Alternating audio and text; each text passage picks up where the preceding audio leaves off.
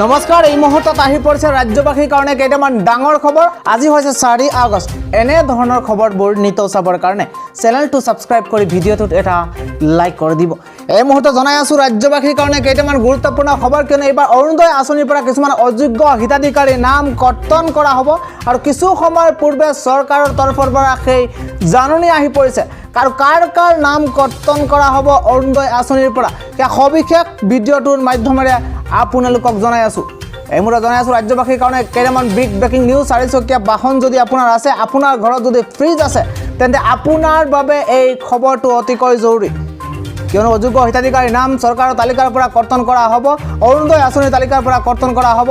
যদি আপোনাৰ 4চকীয়া বাহন ফ্ৰিজ থকা লোকৰ নাম কৰ্তন কৰা হ'ব অৰুণোদয় আঁচনিৰ পৰা। আধুনিক সামগ্ৰী ক্ৰয় কৰা পৰিয়ালৰ কৰ্তন কৰা হ'ব তালিকাৰ পৰা নাম। যিসকল যোগ্য হিতাধিকাৰী তেওঁলোকেহে পাব অৰুণোদয় আঁচনিৰ দৰ। চৰকাৰ ইতিমধ্যে কঠোৰ হৈ পৰিছে আৰু প্ৰকৃত দৰিদ্ৰইহে পাব লাগে ধন।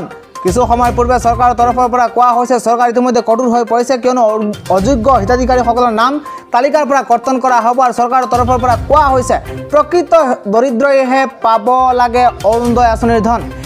এখন যদি 4চকীয়া বাহন আছে আপোনাৰ, তেন্তে তেওঁলোকক কিয় লাগে ধন? চৰকাৰৰ তৰফৰ পৰা প্ৰশ্ন উত্থাপন হৈছে আৰু অতি শীঘ্ৰেই অযোগ্য হিতাধিকাৰীৰ নাম কৰ্তন কৰা হ'ব। অৰুণোদয় আঁচনিক লৈ এনেধৰণৰ মন্তব্য কৰা পৰিলক্ষিত হৈছে অজন্তা নেওগে আৰু প্ৰকৃত দৰিদ্ৰইহে পাব অৰুণোদয় আঁচনিৰ ধন।